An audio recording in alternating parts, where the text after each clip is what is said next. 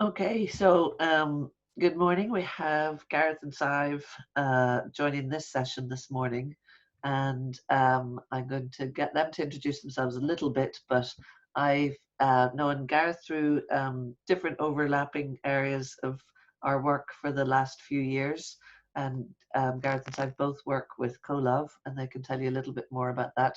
But one of the things that got me to start inviting Gareth onto our permaculture courses to give input around global development and all of those things is that he told me he'd done his master's in international development and discovered all of the problems but hadn't found the solutions until he came across permaculture. And I thought, now you're speaking my language. So he really liked the local application of the practices and ethics of permaculture and has now got his own smallholding. In fact, has actually started walking the talk, which is exciting.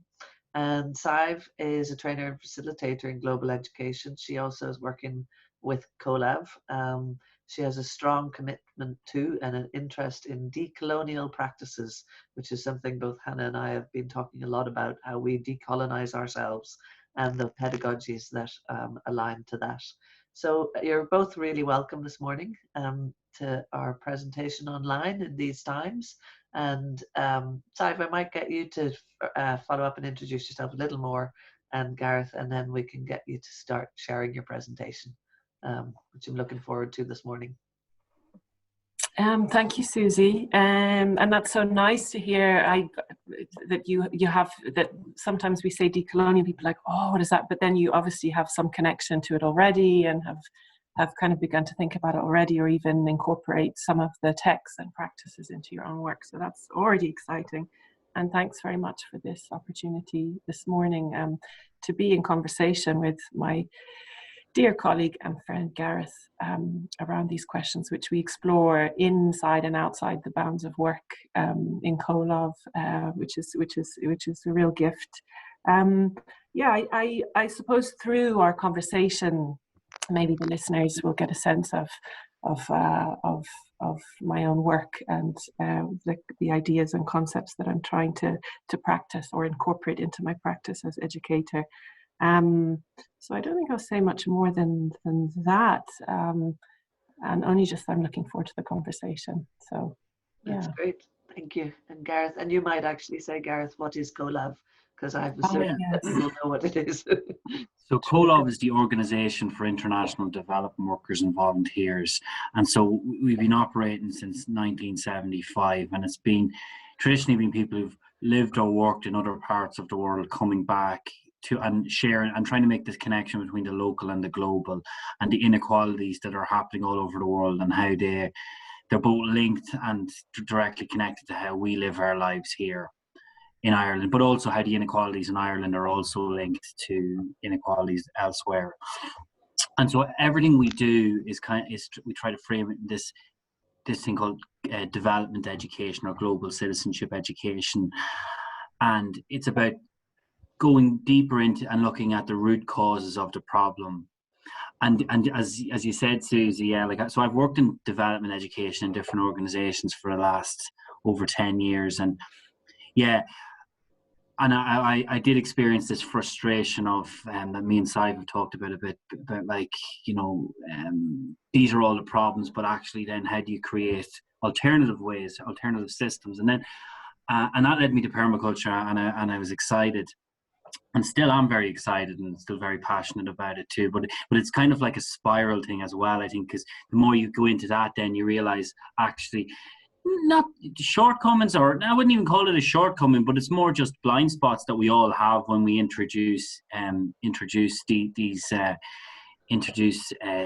come in contact with these things, and so decolonial education that Sive is has massive amount of experience and knowledge on it's a really strong fit. So again, and I don't think it's an either or. I think if we can bring these things together, then we can create, it's quite exciting and just deeper and challenging and uncomfortable and all these different things, but really important work. So we've got a framework today that we're going to set out that that we're what's called a house of modernity, and Cy will introduce that a bit more too.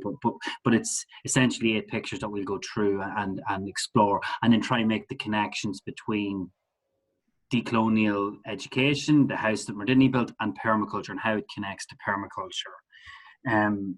Because I think for me, so with permaculture, it talks about creating alternatives, creating a different way of being, or permanent cultures, and all these things. I think a danger or a risk is that if we try to create alternative communities, alternative systems, alternative societies, without actually understanding our history and our legacy and power structures and privilege, then we'll just recreate the same problems too. And you can hear, like, I listen to quite a bit of permaculture podcasts, and you can see it. And most people are well intended, but you can still see the problem. Like, we were listening to one a while ago, and the guy was talking about he tried the sort of consensus-based decision-making thing, so and that didn't work. It didn't work, so he's gone back to the central leader model, and of course, him being a white man being the central leader that would lead that, and I think that can often happen too. And then even other smaller ways, or other subtle ways. I've listened to another podcast recently, and the guys are doing really cool work, and they're doing it. They're based in Guatemala, but they're American. And actually, one of the podcasts I listened to was an Irish guy as well, and like doing really, really cool regenerative work. The work they're doing is really cool, and like really well intended. But then if you start to peel it back a little bit, they're based in a place in Guatemala that's actually, because my partner spent a lot of time, done a lot of work there in human rights. It's based in this lake region of Guatemala that has a lot of significance, spiritual significance to a lot of different indigenous tribes. That when there was a lot of conflict in Guatemala, and it was the center of a lot of genocide that happened in that area too. And while they've got this great intent to make the world a fairer place, but the fact that they're white, privileged, male, Western, financial resources, they're in a position that they've got this privilege that they're able to do that too. So I think it's just important, and I say this, like, I'm white, male, European, middle class, like, so I'm at the pinnacle of privilege. So again, it's not about me feeling guilty about that either, but it's also about understanding how the system is shaped and designed to suit me and others like me at the expense of other people, and that too, and how then we can navigate it a bit more creatively, or with a bit more just. So, Cy, would you like to add anything there, or am I? No, not. I mean, maybe if I would maybe just go into the house then. You've kind of created a nice door into the house, and I'd maybe just give a bit of background about where the house comes from, and we'd go from there. And the idea is that Gareth was saying, it's kind of, it's what the house that Modernity built is what it's called a social cartography. So it was developed by a group called the Gesturing Towards Decolonial Futures collective. And they have a number of these social cartographies, and the social cartography idea is something visual. So in this case, we have 8 visual metaphors that we'll share with you through the screen, and together, kind of as a collective, these 8 kind of metaphors tell a story, and the story that they tell is or at least it's an attempt to describe the world as it is now. And to say this is, if we attempt to describe it, this is how we would describe it. And the spirit of the collective and all decolonial practice, I suppose, is to kind of also question this idea that there is an objective knowledge or a single truth. So by no means they're saying this is how things are, but they're saying, if we were to describe it like this, what would you think? So this is really the spirit of the cartography, the spirit of this one, which is called The House That Modernity Built, and it's a little bit like a story. And as we kind of share it, there's a couple of things to say. One is Gareth will kind of come in and out, so it's also a conversation tool. So that's really key. They develop these cartographies as invitations. So share them and see how they resonate with people, and use them to prompt conversation. And also the other important thing to note is that if I'm sharing it, it's not because I'm an expert in it. I didn't develop it. And also, even those who developed it, it's constantly evolving. So they're constantly tweaking and refining both the visual images and also the text that accompanies the visual images. So nothing is ever finished.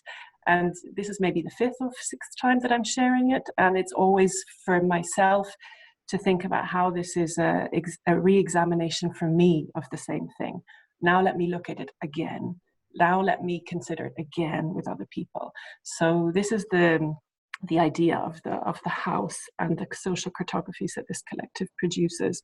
They have a website at the end. We'll share a little bit more about them, though. They're a collective. There's about 12 or 13 of them. They're coming from different parts of the world. Some of them are based in Canada, some in Brazil, some in different parts of Europe.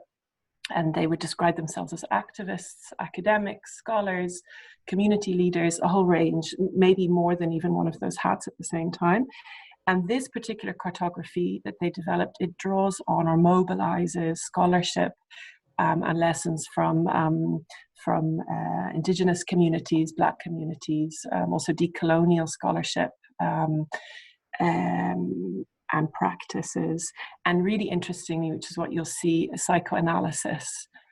So they also pull in layers of psychoanalysis, and then always at the foreground of their work, or they're always striving to foreground the work of the Indigenous communities that they connect in with and are also part of. So I know there's a community in Brazil that they're very linked into, and work with, and whose reflections and thoughts and concepts also inform the tools that this collective developed. So that's it. I think, is that will we launch? Yeah. Hopefully I can share the screen. Okay. I think that's it. Does that work? Yep, that's great. Yeah. And we go from here. So the house that Modernity built is the name of the cartography, this particular cartography, and it takes it's a reference to a kind of a seminal quote from the poet, writer, activist Audre Lorde, and this is the idea that the master's tools will never dismantle the master's house. So it's something about how we sometimes, and maybe this is linked to the permaculture points on permaculture that Gareth was making earlier, we can move to bring solutions, and we can move to fix things, and we can move to kind of bring new ideas and ways of living into our communities. But to what extent are the tools that we're using to build those new systems, those new ways of being in the world, actually informed by the house that we were schooled in and that we grew up in?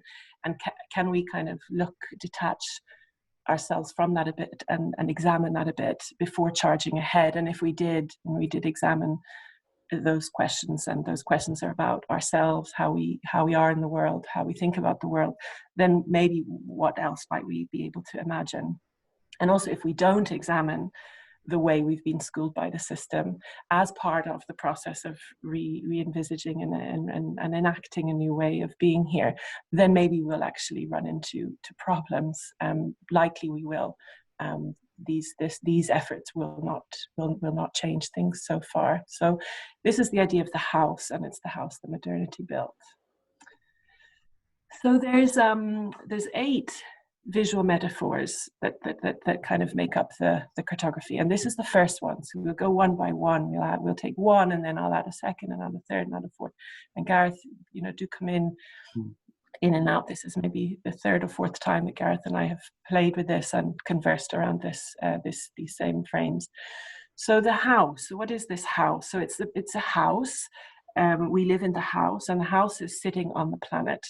And you can see that it's a very big house, so that it exceeds, it's clear to see that it exceeds, and to feel the ways in which it exceeds the limits of the planet, or currently it's exceeding the limits of the planet.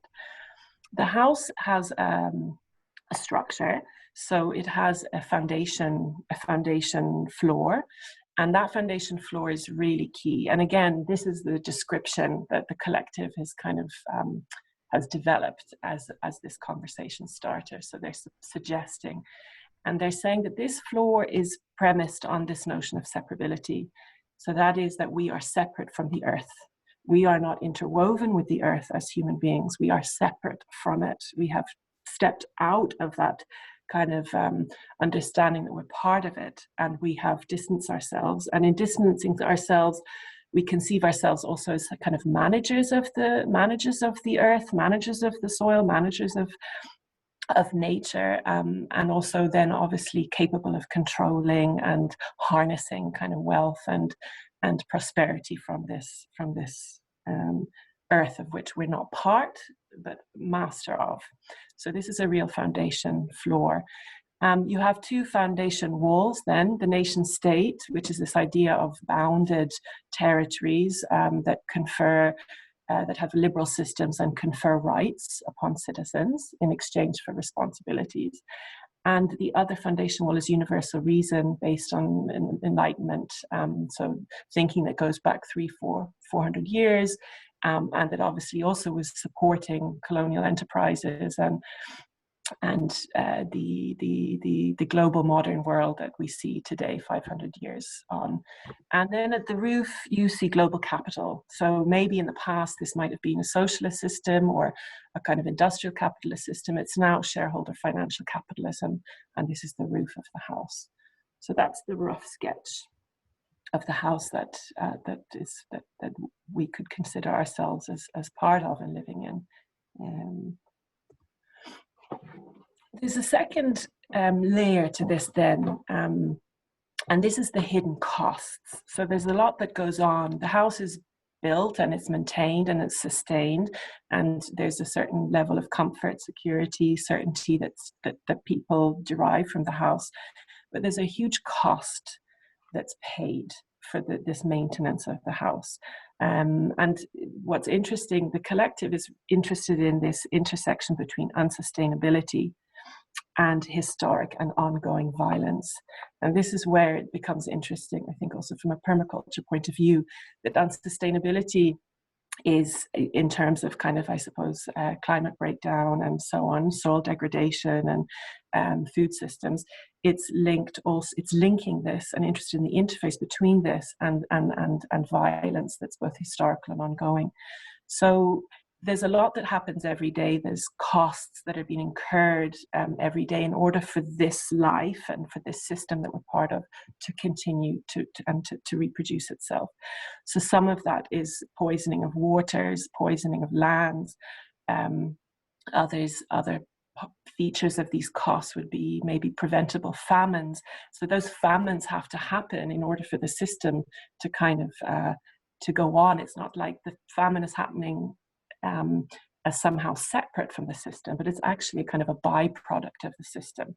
So racialized incarceration in the US, for example, we similarly, the numbers of Black and brown bodies in prisons, it's not by chance, nor is it something that's separate from the system. It actually needs those places to exist for it to also reproduce and for wealth to be accumulated by certain people. Borders, or violent policing of human bodies within borders and at borders. So thinking of Europe and the Mediterranean and bodies drowning every day, this again isn't something that's just separate from or a shame, but it's actually what has to happen in order for the system that we are part of to go on and to continue. So this is the second frame, and it's drawing attention to this otherwise invisibilized, externalized cost. The third one is looking at a little bit more within the house and at hierarchies within the house. So it's not that everybody's just floating around, and there's a differentiation, let's say, that we could make. So within the house itself, you have north of north, and this is where maybe people who were able to, who maybe accrue the most comfort, the most security, wealth from the system, this is where maybe they would be. And they have a certain security and a certain wealth, certain level of comfort. You have north of south then, which is kind of second tier. And here you can see like a ladder. So that's this idea of social mobility, the false promise that, you know, if you work hard enough, if you play the game right, you can attain north of north status. Just keep going, keep going, keep going. You can keep moving up. So there's a lot of people on that ladder. And then you have this basement, which is south of north. And in the basement, you have people who are working within the house that are paying the heaviest cost for the house, in the sense that they may be exploited, playing a role within that house that supports beyond the maintenance of that house, but to a level where they pay a heavy price for that. Also, maybe there you have within the basement people who don't subscribe to that social mobility kind of model. So they're kind of maybe even trying to eke out some alternative way of being within the house, and they're not signing up for that false promise of a middle class. So there again, this might be resonant for permaculturalists, but the south of north would be combining a combination of people who pay a heavy price within the house, and maybe also don't aspire to the second level or to the third level or top tier, let's say. And then you have south of south, and here it's really those who they really pay the heaviest price. So that it's not that there isn't even choice, very little choice. That's kind of they don't have a chance to even kind of decide where they want to be. But also south of south, you have communities really fighting, not only just to survive because of how marginalized they are in relation to the system that is the profit and the comfort that the system can give, but also those that are struggling to really protect an alternative to the house. So they're really there, not only just struggling, but also saying we are safeguarding these alternatives that we connect to and that we know provide maybe some measure of hope for a better world. There's also two types of struggle that the collective conceptualize: a low intensity struggle, and that would be maybe those on the ladder inside the house, where they're looking for inclusion, they're looking for opportunities within the house, and that is a struggle. And then the high intensity struggle, which is just it's a struggle to just survive every day. There isn't even that much space to kind of to think about anything beyond just getting through the day and surviving. So they're the top three, and then the fourth one on this top level, which is really about laying out the structures and institutions that frame our lives, is the condition of the house. So this is really seminal, and this is the idea that the house is cracking. It's not in a good state. It's under enormous pressure. There's leaks, there's mold, there's damp, there's subsidence. You have structural damage. And the question then is, and this particular metaphor is very, invites questions, because what do we do now? Is it about demolishing the house? Is it about repairing the house? Is it about building another kind of house, reconceiving what dwellings we actually need? So again, this might be relevant for permaculturalists. So this metaphor of what do we do? The house is collapsing, and in the face of this collapse, what can we do? What's needed? So they're the first four. I don't know if you want to come in, Gareth.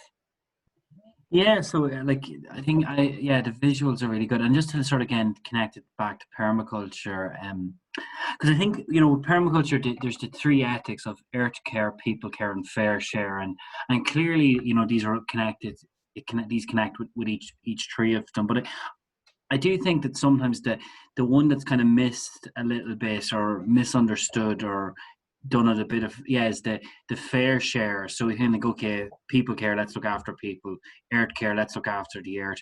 But fair share, what do we really mean by that? And it can often be like, you know, like, oh, just, you know, do your bit, recycle, you know, whatever, sort of maybe Charlie model. But I think unless we actually really have a sort of a deep understanding and exploration of these type of things, like say like the people of the south of South or the south of North, that actually, so really to live up to that value, we actually need to really understand how the hidden costs that it talks about there, because it's not well and good to think, well, right, well, fair share, so then I'm going to give to charity, or I'm going to even buy local, or whatever it might be. I'm going to, you know, fair share, I'm going to do my bit for society.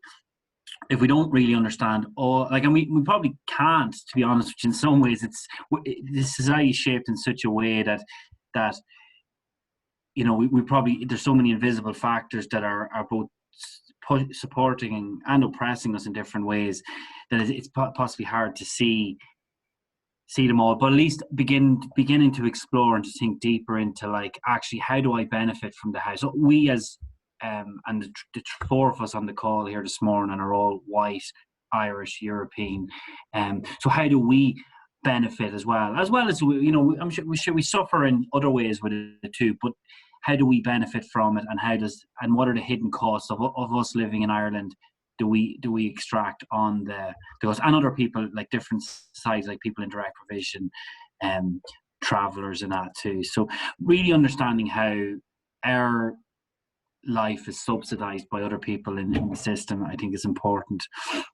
And then the metaphor then of, like, we were talking about this, like the fix, what do we do now? So we all understand. I don't think it's a lack of understanding that the system is I think most people are beginning to understand that there's a problem with the system, but then it's, what do we do with that, or what do we do? And I like that idea of do we fix, expand, or build another one? But like, because we talk about this too, like often, if I know as a child, if I had to draw a house, I would have drawn a house very much like the one in the picture there.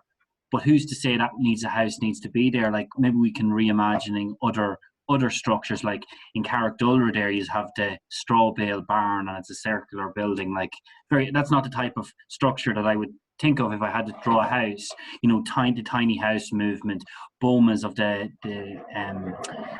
Maasai people in Tanzania, like and anywhere, any other indigenous people across the world have different types of structures, different hob houses. You know, and permaculture really does begin to explore, like, different ways of housing yourselves as well, on a different scale. So yeah.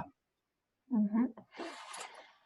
Okay, thanks. And yeah, what you're saying then is part of this decolonial practice. If you know, how I understand it is at once kind of facing into our complicity in violence and in harm, which is something that can be overlooked sometimes in the rush for solutions, or we name the system and then we move in. But to actually think about complicity in systems is a different approach, or a different approach, but it's a different starting point. And then the second thing is, and it's what comes through as well as that, and it comes through now in the second layer, is recognizing and taking responsibility for our modern colonial habits of being. Because the system is the sum of our way of being, is the sum of our ways of being. And those ways of being are founded in this modern colonial imaginary, which isn't that old, actually, but has been really, really kind of obviously put a very, very heavy footprint on this planet the last 500 years. So these next four kind of help with this a little bit, and have helped me so much. And help with conversations in Kolof, I think, Gareth, you'd agree. And this is where the thread of psychoanalysis comes through a little bit as well. So this idea is that I've been schooled by the house. So I grew up with the house, and the house is obviously interested in me being a certain way, relating a certain way, desiring certain things. If I'm being in a certain way, relating in a certain way, processing things in a certain way, well, I am. And those ways, the house is interested in those ways, supporting it. It's interested in ways that support it to reproduce itself. So there's a kind of a complex there. And what's really interesting about this work is how it connects the system to the self. Like that the system isn't just something out there, but is something I'm also part of remaking every day through my habits.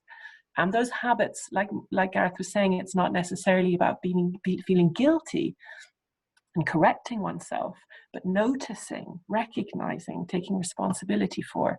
And this stuff helps. I find helps a lot. So they have this character, the box head. So this is box head. And you can see Boxhead has a huge head, like almost like a TV, and then this tiny, tiny little body. And I'll explain the tiny body in a little bit. But first to the big head, you can see, I won't go through all the terms, also because it's something to unpack each one. I don't even know how to I'm not that fluent in a lot of this, still trying to develop a kind of a literacy, but anthropocentric. So Boxhead, really that the human is at the center of things, no question. There's not even like a thought that skips to that point. No, human is center of the earth, and the human is the master. Human has mandate to manage and to control. Human has that mandate. The evolutionary idea of seamless progress, this idea that we're moving along and continually progressing. Again, you might think, no ways, because things are collapsing, but actually deep down, this notion of progress is something that we're quite schooled in, and quite convinced of in many, many cases. Universalism is another feature of Boxhead, and that's the idea that my interpretation of reality is objective. There is a universal way of seeing things, and it's this way. Actually, that universalism is a kind of quite a narrow one, and quite a recent one if you think about it as maybe just being 500 years old. But somehow it has this feeling that that's the universalism, and it's always been around, and it's just de facto the objective way things are. So these are kind of features of Boxhead. And I suppose the point is that the house conditions our possibilities for experiencing the world. The house is interested in us making meaning in certain ways. And those ways of making meaning are quite narrow if we think about it. And this is linked to the little body there at the bottom. So we do kind of have access. We can interrupt this obsession with knowing and objective knowledge and the head. We can interrupt it.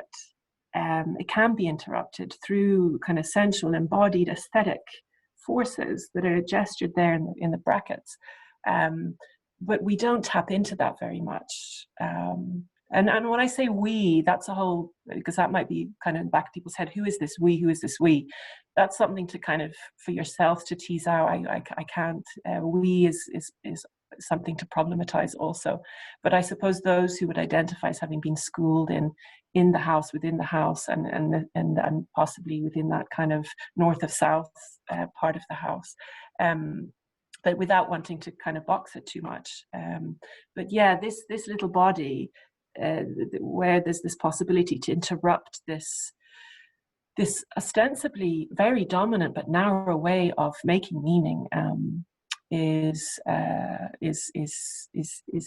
also a feature of Boxhead, however marginalized it might be. Linked to that is, this is the really interesting stuff. We don't have too much more time to go through it, but it's about like it's going back to this separability idea.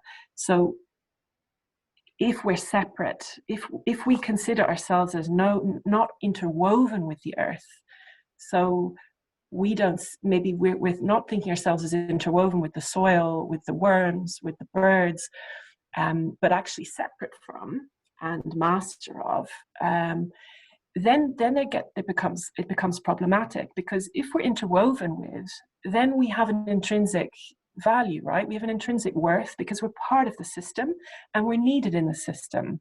Just like if again thinking about permaculture, a kind of healthy system, everybody, everything, every living thing, every organism has a role to play. And if we're interwoven, then we could see ourselves as there, part of, and worthy of, just by being and breathing and just by being there. But since we have this separability notion, suddenly we don't have an intrinsic worth anymore.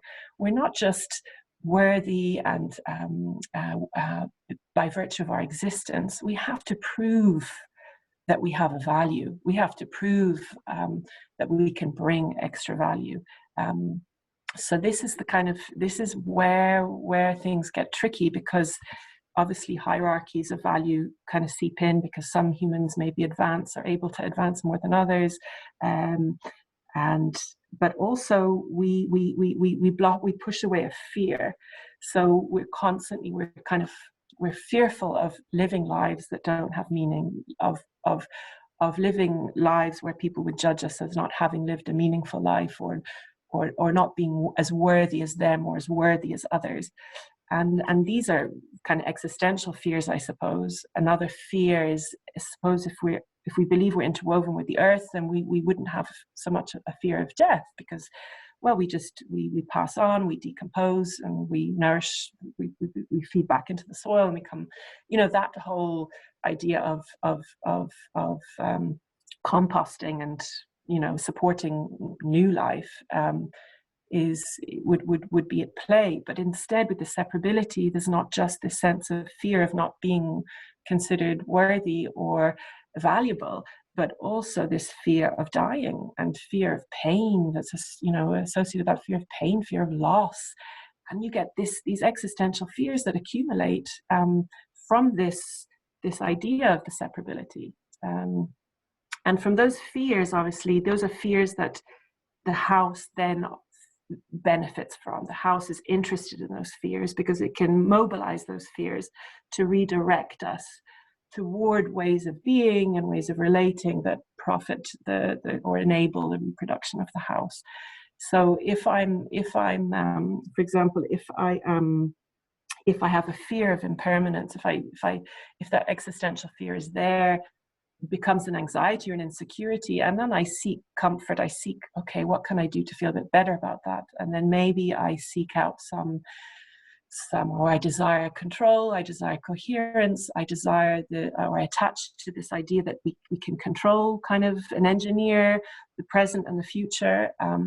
If I have a fear of scarcity, if there not being enough, maybe then I kind of move toward accumulation. So what I want to feel better about that fear of scarcity is to accumulate and to have stuff. If I fear deep down an insignificance because my life is only worthwhile if I can produce value, then what I will seek maybe to feel better is external validation of others. If I fear incompetence, because again I have to prove this value, then maybe what I seek out is authority. I seek to be an authority, or I seek out the authority of others to make me feel better. So what the collective kind of sketches out is this idea, these deep-seated fears that are complex and obviously deeply, deeply buried, but how those fears are then kind of translate into desires that compensate for the fear, that allow people to feel okay in the system. And that those desires then get naturalized. So the desires, the things I wish for, are things that I ultimately then believe I'm entitled to. And this becomes property, and this becomes kind of people saying I'm great, and awards and formal recognition from the system, and so and so. So then you have these fears looping into desires, looping into entitlements, and then you have a system going. You can see how then you have a system going. And this is how it's kind of useful, the link then between the self and the complex self, and how the self then begins to play a role in the system in the ways it relates to the system and the things it seeks from the system. And these limit mark and limit our ability, this is what the collective would say, to face, navigate the complexities of the crises we're in. And they're not up for examination often. So what's up for examination often is the system, the broken system, the corrupt bankers, the corrupt politicians, the capitalist market. But what's not up for examination so much is how we are schooled to navigate that and to survive in that, and what that means then for our psyches and for our relationship that we have to ourselves, and then the relationship we have to others. The last two, I'll just leave them here to look at, but I think what they mean here, they're looking at archetypes. So here they're looking at the types of archetypes that emerge from the system. So that idea that we're not allowed to really be complex, multifaceted selves. We more likely present as one thing, or perform one thing, and that thing maybe then the performance of that allows us to find our feet and to survive and even to thrive. So there's a kind of archetypes of agency and archetypes of benevolence. None of us are those things. Maybe we're bits of all of those things, but we know, and you could look at one of these and someone will come to mind. That's the kind of where they find their feet in the world, and how they both stabilize themselves, but also find a way to progress within the system. So that's the house, and they're the eight pictures together. The four at the top being the structures and the institutions, and the four at the bottom being some of the stuff that goes on within ourselves and how that connects back to the system and its reproduction. So I'm just looking at time here. Maybe we have a few more minutes. Gareth, there's a second slide on the earth care. But if you want to add anything here, and then you could take people quickly through the earth care one. Brilliant, thanks, Ive. Yeah, I mean, it's deep and it's complicated, and it's the sort of stuff too that this type of thing it takes constant. That's the work, exploring it, how we're schooled by the system, and sort of getting our heads around this and trying to open ourselves to the blind spots that we all have. Myself and Sive and a number of others are in the process of setting up a cooperative in Monaghan here called Shield to Cree, and it's a permaculture education space, among other things. But part of the things that I'm particularly really interested in, I think we are as well, is that like going back into like decolonizing ourselves and decolonizing our mind. And I know, Susie, you mentioned this at the beginning of the call, but how can we begin to, because we think now that like Ireland is, not under British rule. Well, it is, I mean, depending on your political persuasions, but like there's the Free State, so there's that independence, but like before that, and then it was the Catholic Church. So these are just different ways of being colonized, and we still think, like I still think in English, that's how I think. So like one of the things we're really interested in is going back to our Celtic pre-colonizing, decolonizing ourselves too, and beginning to explore that, like what like how Brehon law like is something I'm kind of looking at, like how our ancestors would have connected with the land. A friend was saying, who's involved in the co-op, and this co-op's called Shield to Cree. It's like Seeds of the Heart, and but what he was during the lockdown, he was saying he was sitting out having a cup of tea in the woods, and he just felt this really deep, strong connection to the trees, and he was pondering if that's how people would have, under Brehon law, or old Celtic law would have felt to land. It wouldn't have seen the trees as separate, or wouldn't have seen the trees as a commodity, but actually would have seen themselves as deeply connected to it. So I think it's a process of learning and unlearning and exploring different ways of being. And it's not saying that there's right or wrong, but just exploring with it. The other side, so as Sive said at the beginning, it's coming from a collective called Gesturing Towards Decolonial Futures. So it's just about gesturing towards alternative ways of being. So the last slide we're going to go on to now, and I think this really has a strong connection with permaculture, and even with it's in earth care, like so it's and that's not a connection to the permaculture ethic as far as I'm aware, but it uses the analogy or the metaphor of the mycelium or the mushroom, and how mushrooms break down and regenerate and compost. You used this word, Sive, and I know how you've used this expression before about composting our shit. Like, how can we deal with all from this? The collective is compost as it's a very central metaphor. So it's not mine, but yeah, go on. So how can we compost and break down and use the metaphor of the mycelium to break down these old ways of being and reconnect with ourselves, our communities, wider nature, and like the traumas that our fears, our insecurities, all these things that we've taken from the house. How can we let them go, release them, move beyond them, because they're not serving us anymore. And I like the way it talks about how the collective talks about how with this they're centering the invisibilized labor of the earth. So I've learned that and that's learned from you, Gareth, when you see a mushroom, the mushroom is just the fruit of so much work that's gone underneath in the soil. So they really they're about centering that invisibilized labor in a little bit like kind of trying to recall those invisibilized costs that human bodies and the earth body pays for the system that we live in. So that centering the invisibilized labor of the earth. And then also how, again, it's that ecological justice. And there's often those cries for more justice and for a dismantling of systems, and how none of that's the fruit. It will only come from a recalibration under the soil. And there's as much about relationships and how we think about ourselves and how we are with others and how we make meaning in the world as it is about anything else. So, it's interesting too. One of the can take it way further, but this justice part is where this addition maybe.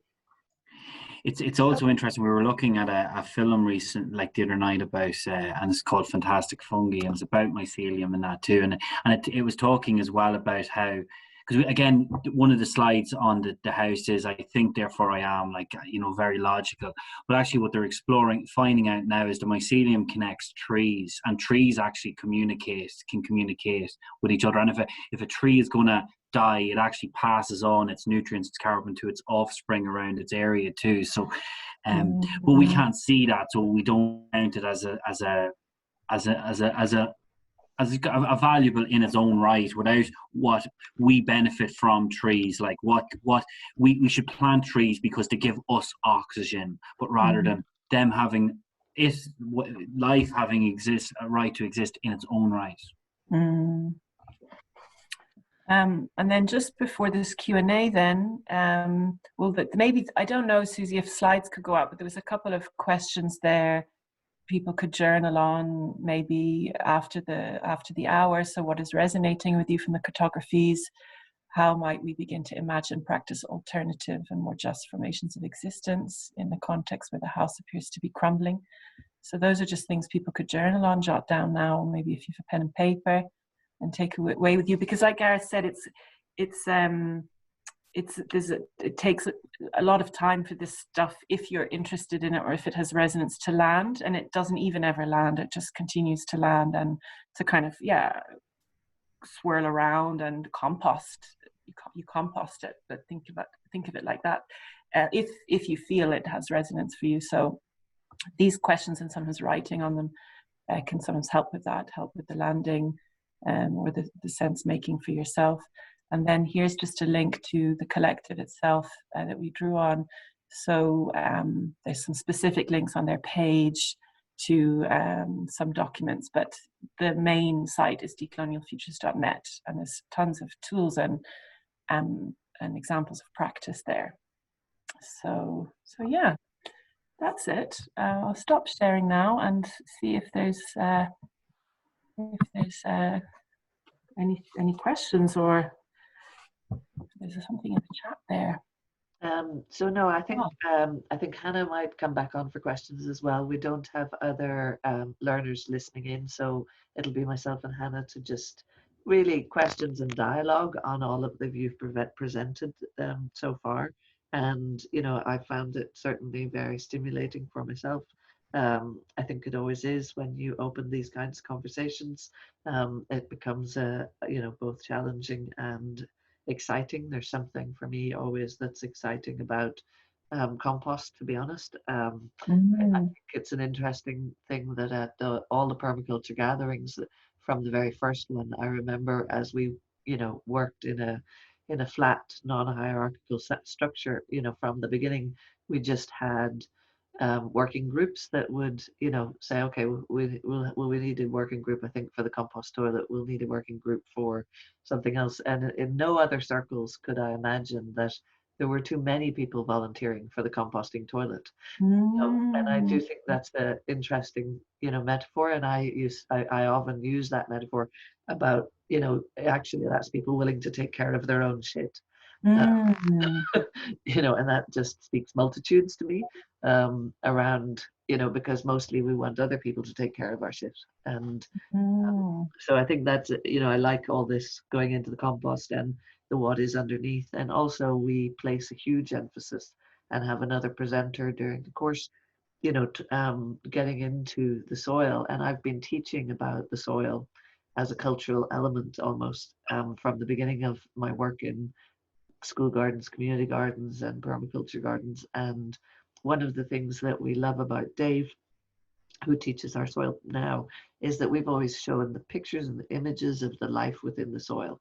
But Dave, also shows, little clips from a videoing of a microscope of those creatures in the soil.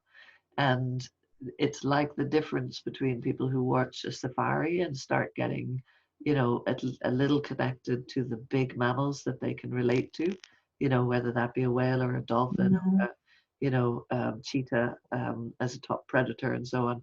But that people previously, even in the still images, and even as you try to enliven this what life underneath that's invisible and connected, that people find it difficult to connect until they see them all, little nematodes zooming about eating little bacteria, and they go, whoa, this is what's happening underneath me. So I really like all the metaphors around that. I wanted to ask, I think I have a question about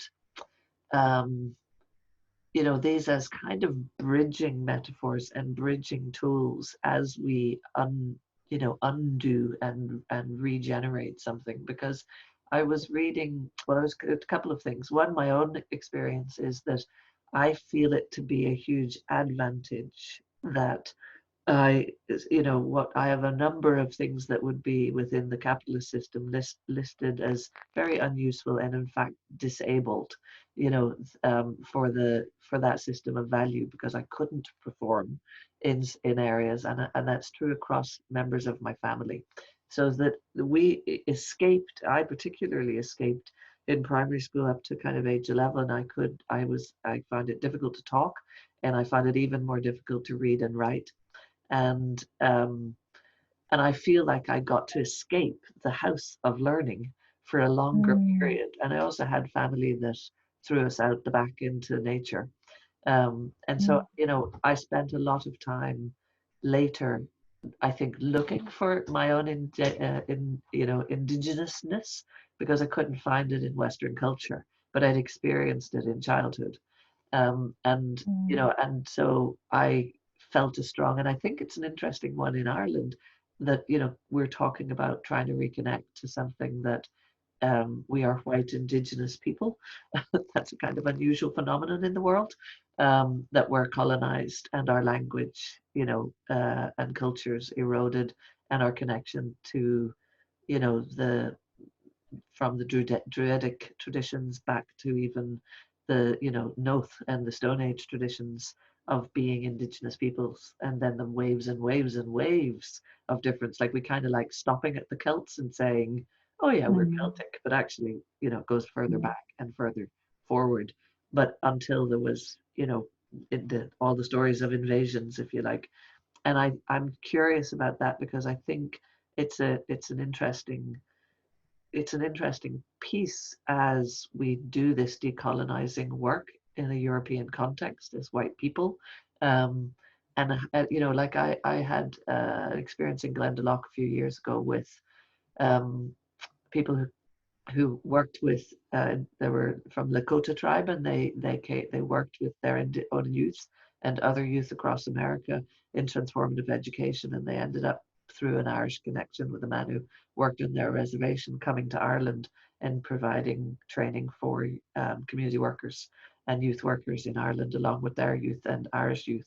And there was a very funny moment in they did with, you know, a combined sort of session it ended up really, where they did a performance with their Lakota drumming at the same time as an Irishman with a bar on also did a performance with his, and then there ended up being this session essentially that evolved in the drumming between them. So first it was a performance, and then it was actually a communal drumming.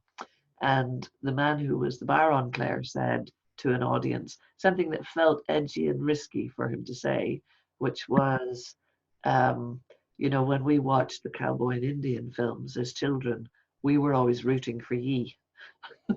And it was a funny and uncomfortable statement. You know, it was like, but there was a ripple of understanding in the Irish audience of saying, yeah, we understood the underdog. You know, we understood that you were being colonized, and we rooted for, you know, the Native Americans. And so while we have both, we have the house, and I know as a parent, I've really actively tried to move my children away from an education system that would, you know, frame them in this way as economic units who have to get on a ladder of success and behave in these ways. So I'm curious from both of you, where you think our weaknesses in this, obviously, as white Europeans in a capitalist system, and what we have to shift to decolonize ourselves. But also I'm interested in the opportunities, like your friend sitting under the tree and remembering that we have ability to connect to our natural environment. And so I'm kind of curious as our position in Ireland, in permaculture, in all of this context, what do you think some of the opportunities might be to remember our own indigeneity, you know, as a part of the process that you're talking about in decolonizing ourselves? Do you want to go side first, or do you want me to? Oh no, you go. You go. The first thing that came to me there about, like, you know, you said what was the threat. Again, we were talking the other day about this. So I suppose I think the danger is that we could think of, like, I'm not like that. That's out there. Like the problems. Like, I'm not a capitalist. I don't believe in this system. So, you know, the problem. I was doing I practice Buddhism, and I was doing meditation the other day, and one of it's around loving kindness, and the guy was talking about that. Basically, it was loving, and what can often happen is that we think that I don't like, it's about opening up to our hatred within ourselves, and not just saying that hatred or the problems are out there, because if we think that the hatred's out there and that we don't have it, then we blame other things and other people and other beings for the way we're feeling. So it's much more about actually, and again, not in a guilt way, but just actually understanding that we have depths of love and hatred, and it's in all of us, and it's not good or bad, and it's not just linear, and it's not just so clear. Before you go to the opportunities in it, I'm actually going to go to Side, because I'm aware that we're nearly over time and she's going to leave us, and I'd love her to have an opportunity to kind of wrap up her thoughts, and then we can let her leave and continue to let you wrap up your thoughts. So do you want to just see if there's anything in the last 3 minutes of wrapping up your thoughts that you wanted to say? I mean, thanks so much for your response there to the stuff that we shared, and it's always kind of like, oh, you could sit with this for 2-3 hours, and it's just a constant unraveling of the complexity and the connections, and now even the points you've made and the Gareth has made me think about different points in it, and so it's just endless. I would say in this kind of recovery of, I kind of also sometimes I kind of get maybe it's linked a little bit what Gareth was saying. I kind of it does make me a bit nervous when we sometimes think about recovering this past as white, Indigenous, Irish, as if and I know that's not what you were saying, Susie, but there is a kind of a narrative that sometimes that sounds like that to me, and as if there was some pure unadulterated state in the past that we as white Irish that can say we're white Indigenous can somehow recover, because that's exclusionary, because it suggests that, or it suggested that there is a pure Irishness.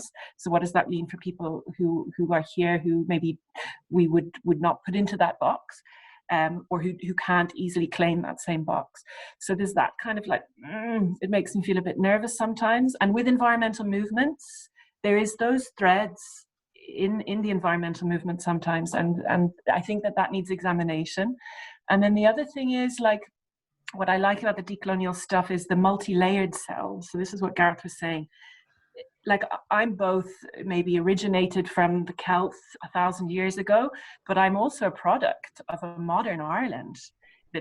Ireland is possibly the most neoliberal state in all of Europe. This very intensive neoliberalization in response to a pushback against a very oppressive Catholic Church all through the 20th century, against the backdrop of, yes, a colonial history with the English.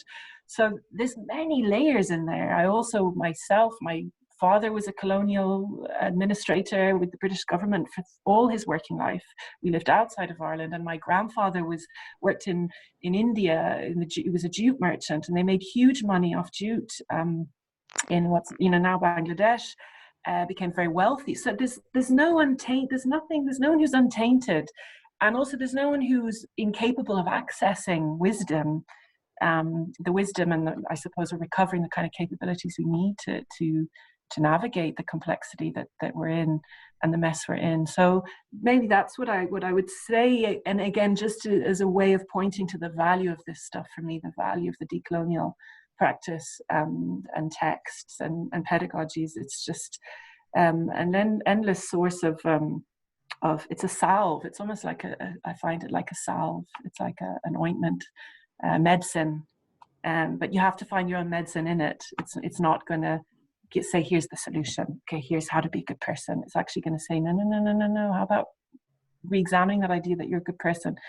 So it's you cook up your own medicine is what Vanessa, she's one of the founding the people who founded the collective, she'd say you cook up your own medicine. You're from this stuff. So hopefully people will find the morning interesting, and we'll take a deeper dive into the text. And I wish everybody the best of luck and yourself, Susie and Hannah, with the sessions as they continue. And thank you for the opportunity to participate today. So yeah, we really appreciate it, and we'll let you go because I know that you're under pressure to get out the door. So all the best, and my sister's waiting. She's waiting on the side of a road somewhere. No, you gotta go. Go. Okay. Bye, everybody. Bye, Gareth. Bye. See you later. Everybody. So Gareth, we might do the same with you and let you just take your kind of finishing thoughts. And I think those were really good. I love challenging questions. They get me very excited. So those were some good challenges, I think, that Sive left us with. And I think you were playing with the same notions of, where are the risks, where are the threats to how we think about ourselves. And as she said, we're all going to make our own medicine out of this in whatever way makes sense to us. So, I do like that. Always that there's not, here's a specific solution, here's a specific something.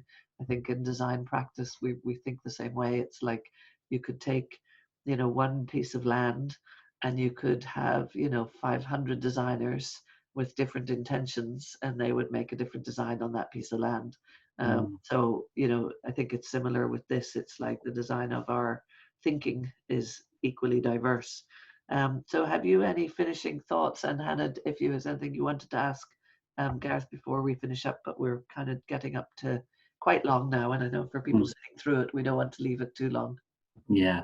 No, I suppose there's just something like I've mentioned, the environmental movement, and it sort of twigged, and you do get this in permaculture a lot. They talk about it, how the environmental movement hates humans. It's like, or it says, I read that someone said the other day, but it's like they dislike humans are inherently destructive. And even that thinking, because we have done an awful lot of destruction, but even that way of thinking that the world would be better off without humans is still part of that separation from nature. Like, so it's more like, actually, yeah, so we're part of nature. So like, yeah, trying to connect back more into it, and just reflect and deepen. And then opportunities, I suppose. What we're talking about, the decolonial stuff, and what you mentioned there too, like Newgrange is, you know, it's between, you're in Wicklow, I'm in Monaghan, and Newgrange is between us. It's only probably 40 minutes sideways, like, and it's, you know, so there's obviously, that's like this historical thing,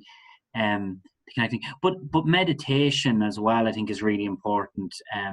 Just like, because I think again, it's this idea of learning to unlearn, or going deeper into the different parts of our beings and that too. And yeah, I think meditation helps for that too. What I think can be dangerous, or what this type of thing is too, it's like what can be paralysis by analysis. So the idea of that, like, it's so complex that it's hard to do anything, so just don't do anything. So that's what we're trying to do here in Monaghan and Shield to Cree, is it's a collective. We're trying to work together. We don't claim to have all the answers, we're all on a journey, and we're just trying to act moment by moment. That the other day, that same meditation teacher, he was talking about, we talk about making the world a better place, but what is the world? The world is the next human being, or the next piece, next interaction you have with it, whether it's wider nature or humans too. So and trying to be mindful of our moments, and create different ways of being, and exploring our own blind spots, and yeah. All right, well, look, Hannah, do you have any last question, or we might leave it there? No, I don't have a question. Thanks, Gareth and Sive. That was really brilliant and so interesting, and like so much food for thought, so much things, and I hope we can continue this conversation through the course. The only thing I would just add, just from a permaculture perspective, and another reason why this is all so interesting, and we might talk about it a little bit more on the course, is kind of examining the origins of permaculture, the origins of it as a discipline, and the origins of kind of the skills and the techniques and the knowledge and the wisdom within that's kind of presented now as permaculture and as permaculture design skills, and kind of where did that all come from, and who voiced that, and where did that originate from. So I think that might be something we can kind of follow up with on the course. Yeah, great. I'm so sorry, just to jump in there, Hannah, because I do think, but like, we actually talked about that when we were prepping this, me and Sive too, because it took, like, yeah, Bill Mollis and all that too. But if you open the, like, Earth Care manual, like, the first page, he talks about the Chaga people in northern Tanzania practicing this thousands of years ago. And I really like that about permaculture. It's a title, it's a name from, and I know you mentioned this before, Susie, that, you know, permaculture is just it's a word that we use now to think, but it, you know, that might change in the future, and it's but like, not claiming ownership of a thing. It's actually, yeah, connecting. So yeah, I think that's a really great thing, and I'm just so glad you mentioned it, Hannah. Great. Okay, well, that's wonderful. Thank you very much for, you know, engaging with all of this. And it is why, you know, those very thoughts and worries that you have in you around some of the environmentalism and some of the podcasting permaculture community widely, it is very much why we've included you and, you know, Sive and you in the past in our PDC, and probably also a very conscious sort of gender choice when we first started designing it, that we started our first team, you know, was a team of 3 women that started designing our PDC, and that was a conscious choice around the attempt to decolonize, because there are a lot of male voices in the, you know, in the louder permaculture movement globally, and it was founded by 2 white Australian men, you know. So it is, you know, it's just kind of important to us that we bring this part of the conversation into the fair shares part of the ethics of the course. And like you, we don't pretend to have the answers, but we have experiments, if you like, that we can try that might, you know, stimulate all of our thinking and all of our practice. So a great session this morning, so thank you very much. Yeah, thanks. I'll stop the recording now. Thanks, guys.